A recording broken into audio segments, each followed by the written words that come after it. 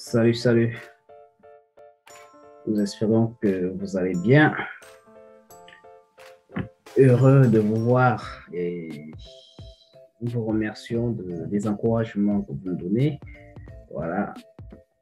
Nous voyons des messages, nous likons comme nous pouvons. Bien. Alors, nous entamons la toute première séance des mathématiques financières. Dans cette séance, nous allons commencer par l'intérêt simple. Cette séance va se résumer en 4 points.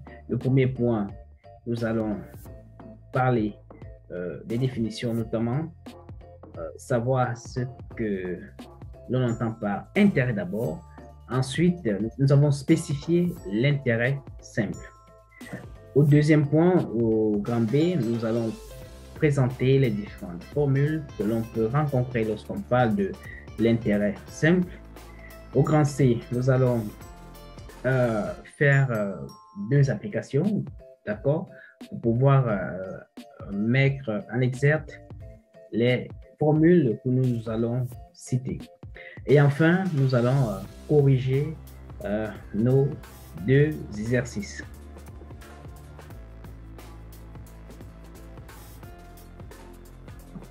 Définition. Comme nous l'avons dit tout à l'heure, nous allons définir ce que l'on entend par intérêt. D'accord? Ici, cette définition est tirée de l'un de mes professeurs, voilà, qui était très fort, hein? L'un de mes professeurs de finance. Je cite ici le professeur de finance, monsieur Guy Popin Mandoumo. Voilà. Alors, il voit l'intérêt sur le plan financier comme une rémunération d'un prêt, sous forme généralement d'un versement périodique de l'emprunteur au prêteur. Pour le prêteur, c'est le prix de sa rénonciation temporaire à la liquidité.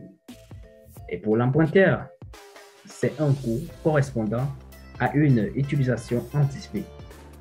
On dit aussi que l'intérêt représente le loyer de l'argent emprunté.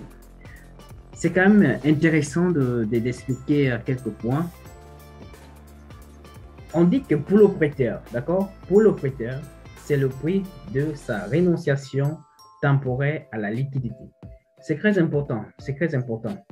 Vous savez, celui qui donne de l'argent, de la liquidité, disons argent simplement, celui qui donne de l'argent, il se prive pour un laps de temps au profit de quelqu'un d'autre, d'accord? Disons simplement le fait que ce monsieur, le prêteur, reste pendant une bonne durée sans jouir de son argent au profit de quelqu'un d'autre, il reçoit en retour ce qu'on appelle l'intérêt. Bon, il va recevoir déjà le remboursement, c'est-à-dire le capital ou bien la valeur nominale qu'il a remis à la personne, mais en plus de ça, il aura ce qu'on appelle l'intérêt.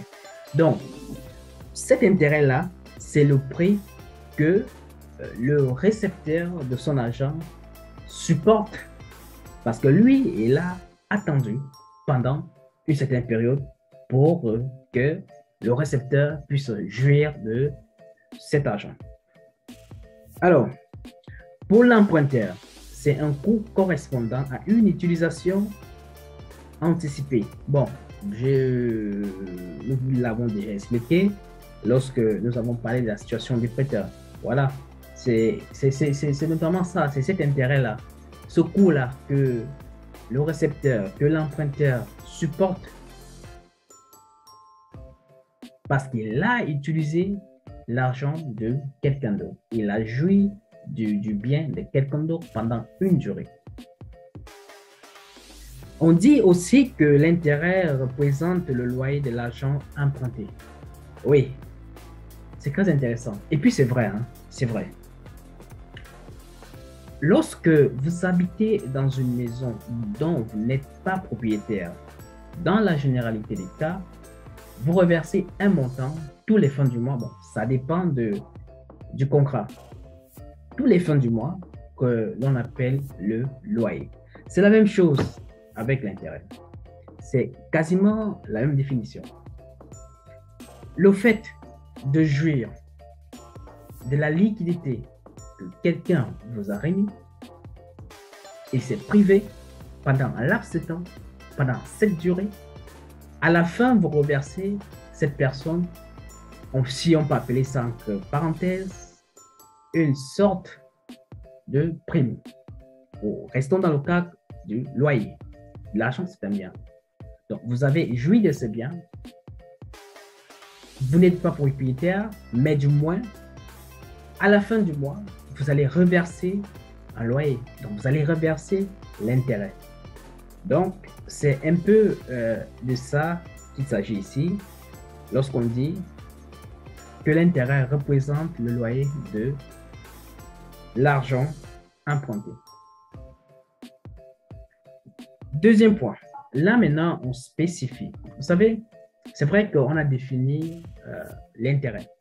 Mais n'oublions pas qu'il y a plusieurs sortes d'intérêts.